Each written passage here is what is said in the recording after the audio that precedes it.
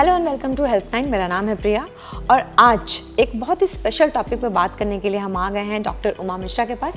Hello ma'am, thank you so much अपना time देने के लिए। आज मेरे पास बहुत सारे सवाल हैं जिन सब के जवाब आपको देने होंगे। मैम, एक बड़ा ही पिकुलियर सा क्वेश्चन है बेसिकली, पर बहुत इंपॉर्टेंट है। इंपॉर्टेंट इसलिए है कि बहुत सर्च किया जा रहा है, कीवर्ड्स भी बहुत ज़्यादा यूज़ हो रहे हैं, तो हमने सोचा एक क्वेश्चन आपसे पूछ लें। क्या डिफरेंस है PCOS और PCOD में? Okay, so basically PCOS and PCOD दोनों ही सेम चीज़ें हैं, ठीक है। इंटरचेंजेबली हम यूज़ करते हैं इसको, बट PCOD के लिए अगर बोलें तो this is, you can just say कि ये बेनाइन फॉर्म है PCOS का। इसमें सिर्फ ओवरीज में हमें सिस्ट दिख जाती हैं एंड पेशेंट को हार्मोनल इम्बैलेंसेस होते हैं। बट PCOS अगर हम लें तो that is a more bigger form of this disease, जिसमें कि उसके बाकी ऑर्गन्स की भी इन्वॉल्वमेंट होती हैं, जैसे एंडोक्राइन सिस्टम की भी इन्वॉल्वमेंट हो जाती है। तो पेशेंट को ना सिर्फ इरेगुलर पीरियड्स या हार्मोनल इम्बैलेंसेस होते हैं, बट उसमें ब्लड प्रेशर, हाइपरटेंशन भी हो सकता है, डायबिटीज़ हो सकता है। लेटर इन द लाइफ वो डिलेड पीरियड्स होने के कारण कुछ यूटेराइन कैंसर्स, यूट्रस के कैंसर्स के भी रिस्क बढ़ जाते हैं। तो उसमें मल्टीपल सिस्टम्स की इन्वॉल्वमेंट हो जाती है, तो वो थोड़ा सा ब्रॉडर रेंज है and that is a more serious condition then PCOD। Okay, मतलब ये सुन के ही काफ़ी खतरनाक जैसे इतना खतरनाक नहीं है, it can be controlled, but yes ये थोड़ा सा कॉम्प्लेक्स फॉर्म हो जाता है। ओके, अगेन मैम एक और क्वेश्चन इसी से निकलता है कि जिनको PCOS और PCOD है, पहले तो इसके रीजंस क्या हैं? ये क्यों, मतलब इंडिया में खास तौर से मुझे लगता है कि जितनी घर में एक ऐसा केस निकल आता, फीमेल्स बहुत परेशान है इस चीज़ से। देखो, क्लियर कर तो इसके रीजंस अभी तक भी पता नहीं है, but most commonly genetic factors play a role, genetic and environmental factors. इसीलिए लाइफस्टाइल मॉडिफिकेशंस जो हम कहते हैं ना, that plays an important role in PCOD management. तो इसमें एक्चुअली होता क्या है, कभी कभार हम जेनेटिक लिंक, जैसे पेरेंट, उसकी फैमिली बैकग्राउंड में अगर आप जाओ तो मिलेंगे उसके मदर्स, सिस्टर्स, नानी, बुआ, तो कहीं ना कहीं वो लिंक्स रहते हैं उसमें। So that's how it has been seen कि कुछ ना कुछ जेनेटिक कनेक्शंस हैं। प्लस सभी जीन्स तो बहुतों में होंगे, बट सबको ये अपीयर नहीं होते हैं, तो that is because of the environmental factors, क्योंकि कौन अपना लाइफस्टाइल कैसे रख रहा है। If somebody is maintaining a healthy lifestyle then PCOD is not a problem for them, है ना। तो this is most likely these are the reasons. अब इसमें होता क्या है PCOD में, मतलब हम रफली हर कोई बोलता है, बट बेसिकली किसी को कुछ खास नॉलेज नहीं है इसके बारे में। इसीलिए मुझे लगता है इंटरनेट को एकदम भगवान मान के ना इतने सारे सर्चेस किए जा रहे हैं। डॉक्टर से पहले लोग इंटरनेट पे सर्च करते हैं, डॉक्टर के पास आते हैं। तो बड़ी बारी आप देखेंगे पेशेंट्स हमारे पास आते हैं, कहते हैं मुझे PCOD था, अब उसके बाद बीच में क्योर हो गया था, अब मुझे फिर से आ रहा है, अब इसका क्या करें। तो PCOD एक कंडीशन है जिसका क्योर नहीं है। It can be kept suppressed but it can't be cured. तो ये लोगों को समझना पड़ेगा कि भाई आप क्योर करके उसके बाद अपने मजे में जी रहे हैं, उल्टा सीधा खाना पीना कर रहे हैं, lifestyle. Exactly, so this is not the thing. So इसके लिए आपको कांस्टेंट एक हेल्दी लाइफस्टाइल अडॉप्ट करना बहुत ही ज़्यादा ज़रूरी है। रेगुलर चेकअप्स में रहना ज़रूरी है। जहाँ पे भी कुछ आपको लगता है कि हाँ चीज़ें ठीक नहीं चल रही हैं, पीरियड्स की बहुत ज़्यादा गड़बड़ी हो रही है, वेट बहुत ज़्यादा पुट ऑन हो रहा है, तो डॉक्टर का हेल्प लेना भी उतना ही ज़रूरी है, so that they can guide you how to move ahead. Okay, या तो मैम एक और चीज़ है, ये PCOD या PCOS जो भी है वो अर्ली स्टेज में कैसे पता लगेगा? कुछ ऐसे सिम्टम्स हैं जिससे हमें जल्दी पता लग जाए? अगर जेनेटिक नहीं है किसी को, ठीक है, तो उसको कैसे पता लगेगा कि ये ऐसी कोई प्रॉब्लम मुझे हो रही है? या so to start with, normally people have irregular periods. तो उनके नॉर्मल साइकिल्स हमारे लेंथ जो होते हैं 21 से 35 डेज की रेगुलर साइकिल्स होती हैं। किसी के 20-25 दिन में आ सकते हैं, किसी के 35 डेज तक। बट कुछ लोगों के साइकिल्स डिले होना शुरू हो जाते हैं, महीने स्किप हो गए, 2 महीने स्किप हो रहे हैं।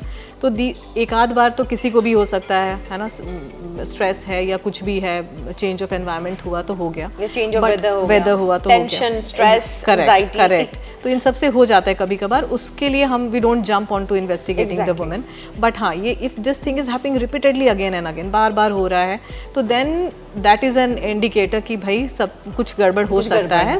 सो take care of your health now. तो एक इरेगुलर पीरियड्स शुरू हो जाते हैं, ये पीरियड्स कभी आए और लंबे चले जा रहे हैं, बंद ही नहीं हो रहे हैं, again that is another indication of hormonal imbalance. तो ये भी साइंस हैं। वेट पुट ऑन होते जा रहा है, थोड़ा थोड़ा gradually you have started putting on weight, this is another indicator. So these are the few initial signs which can indicate कि things are not going in the right direction. Okay, अच्छा, अगर ये इनिशियल स्टेज पे पता लग जाए तो क्या इसका क्योर हो सकता है? अगेन क्योर इसका नहीं होता है, but yes it can be controlled.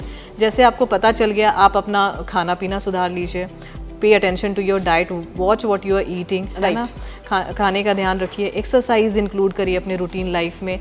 आजकल की जैसे लाइफस्टाइल है, जॉब्स हैं, वर्किंग वुमेन हैं, उनके नाइट शिफ्ट्स भी चलते हैं, बिल्कुल, तो वो नाइट तो सोने के लिए, but if they are working at night तो उनको फिर क्या होता है, रात को काम किया, दिन में फिर घर को मैनेज किया, so they are sleep deprived, exactly, and that leads to much of stress also. So अगर आप नाइट शिफ्ट्स कर रहे हैं तो देन फिर आप दिन में अपनी नींद पूरी करिए। So this is the way you will have to manage your things. Exercise के लिए बिल्कुल मतलब कम से कम 30 मिनट्स डेली टाइम निकालिए, be it meditation, yoga, aerobic exercise, लेकिन फिजिकल एक्सरसाइज में इंडल्ज होना ज़रूरी है। कैफीन इनटेक रिस्ट्रिक्ट करिए, अल्कोहल रिस्ट्रिक्ट करिए, स्मोकिंग, क्योंकि पार्टिंग वाटिंग भी ज़्यादा होती है वीकेंड्स पे, फिर जी भर के आप कर रहे हैं, तो ये सब चीज़ आपको लिमिटेशंस में करनी है। मॉडरेशन में आप कुछ भी करते हैं दैट इज़ एक्सेप्टेबल, तो हम वैसा तो करिए, that is not that difficult, है ना, it can be manage. Exactly, तो ये चीज़ें ज़रूरी हैं। मैम पीसीओडी या पीसीओएस होने के बाद क्या एक इंसान नॉर्मल लाइफस्टाइल जी सकता है? क्योंकि उसका कॉन्फिडेंस लो इसलिए हो जाता है, जैसा कि आपने बताया कि वेट बढ़ जाता है, और ये मैंने भी बहुत सारे लोगों को देखा है अपने आसपास, वेट बढ़ जाता है, लोग कहीं ना कहीं बॉडी शेमिंग करने लग जाते हैं, तो आपका कॉन्फिडेंस वैसे ही लूज हो जाता है। और वैसे भी जब कोई पहले से मोटा हो ना तो शायद उसको इतना फर्क पड़ता नहीं है, लेकिन जब अचानक से किसी का वेट बढ़ जाए तो लोग बहुत कान में बातें करने लग जाते हैं। तो क्या वो नॉर्मल लाइफस्टाइल जी सकता है? बिल्कुल जी सकता है। एक तो वो खुद से पहले तो अपना सेल्फ कॉन्फिडेंस हाई रखना चाहिए, ठीक है ना, कि this is a condition and this has resulted because of something they have been doing right, है ना, राइट। तो एक बार वो सही तरीका लाइफ लीड करने का एक सही वे में आ जाएंगे तो ये चीज़ें कंट्रोल हो सकती हैं। And this is not something like cancer हो गया या कुछ ऐसी चीज़ हो गई कि नहीं हम कुछ कर सकते या जिसकी ट्रीटमेंट ऑप्शन बड़े सारे कम ऑप्शंस हैं। ये लाइफस्टाइल चीज़ है और उनके हाथ में है, हर किसी के हाथ में कंट्रोल करना है।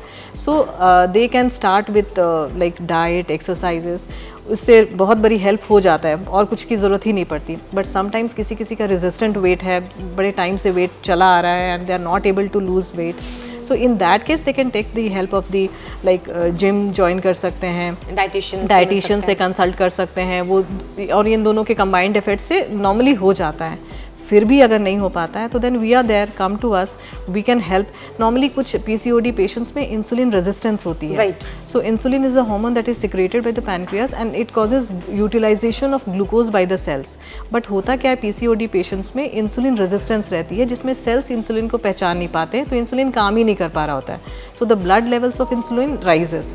सो हमारे पास कुछ ड्रग्स हैं, insulin sensitising drugs, which we add in this patients and it works beautifully, like when they combine it with diet and exercise, तो फिर उनका वेट लॉस होना अच्छे से शुरू हो जाता है, ओवुलेशन इंप्रूव हो जाती है, साइकिल्स रेगुलर हो जाते हैं। So these are few medications which we can help them. Plus irregular periods हैं वो नहीं सेट हो रहे हैं तो we can put them on hormones for some time and see. Meanwhile तब तक वो अपना डाइट पार्ट कर रहे हैं, एक्सरसाइज कर रहे हैं, वेट लूज कर रहे हैं, तो जब तक वो चीज़ें इफेक्टिव होती हैं तब तक हम उनको शेप में ले आते हैं। ओके, अच्छा, जो इस तरीके के पेशेंट्स होते हैं, क्या वो प्रेग्नेंट अच्छी तरीके से हो जाते हैं, मतलब जैसे नॉर्मल फीमेल प्रेग्नेंट होती है, क्या वो भी वैसे प्रेग्नेंट हो जाते हैं या फिर उनको बहुत डिफिकल्टीज होती है प्रेगनेंसी के दौरान? Correct, this is myth around us कि पीसीओडी मतलब कि डिफिकल्टी इन कंसेप्शन। जहाँ कोई औरत की शादी हुई and for any reason if she is gone for an ultrasound something और उसमें पॉलीसिस्टिक ओवरीज दिख गई, सो उनका तो फिर वो हो गया, गूगल करना शुरू हो जाता है and then come in panicky state कि अब मुझे प्रेगनेंसी कैसी होगी। So this is a myth कि पीसीओडी पेशेंट्स कंसीव नहीं कर सकते या हर पीसीओडी पेशेंट को डिफ़िकल्टी होगी ही कंसीव करने में, ऐसा नहीं है। बट हाँ, there are few resistant PCOD patients या जो काफ़ी ओवरवेट हैं, तो वहाँ पे थोड़ी सी दिक्कतें आती हैं। So in that case and plus as एक अनदर फैक्टर है विच वी डिस्कस्ड ऑलरेडी, है ना, तो ये सारे फैक्टर्स मिलके कभी कभार प्रॉब्लम्स क्रिएट करते हैं। सो देन टाइमली ट्रीटमेंट इनका हम अगर शुरू कर दें तो ये प्रॉब्लम्स भी ओवरकम हो जाती हैं। और नहीं तो आजकल तो बड़े सारे assisted fertility technique, reproductive techniques भी हैं जिसके करके they can have babies. So that is not a concern, but yes, हाँ, राइट टाइम पे राइट ट्रीटमेंट सीख करना इज़ इम्पॉर्टेंट। अच्छा, किसी की अगर जेनेटिक्स में है, जैसा आपने बताया, तो अगर किसी के जेनेटिक्स में है तो क्या ये बिल्कुल तय है कि उसके आगे फैमिली में ये होगा?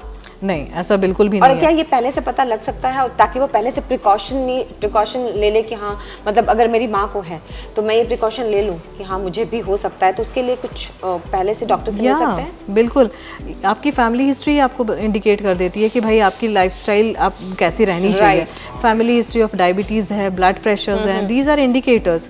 सो आप शुरू से ही आप समझ सकते हैं कि ठीक है ऐसी हिस्ट्री है, then I am prone to all these kind of problems, so then I have to be careful, या सो ये तो इंडिकेटर्स हैं ही। Thank you so much ma'am, इतनी आसानी से आपने कितनी डिफिकल्ट क्वेश्चंस का आंसर दे दिया। Thanks और अगर so आपको much. भी मैम का ये वीडियो पसंद आया है तो सब्सक्राइब जरूर कीजिएगा, लाइक शेयर कीजिए और अगले वीडियो में आपको कौन सा टॉपिक देखना है ये ज़रूर बताइएगा। टाटा।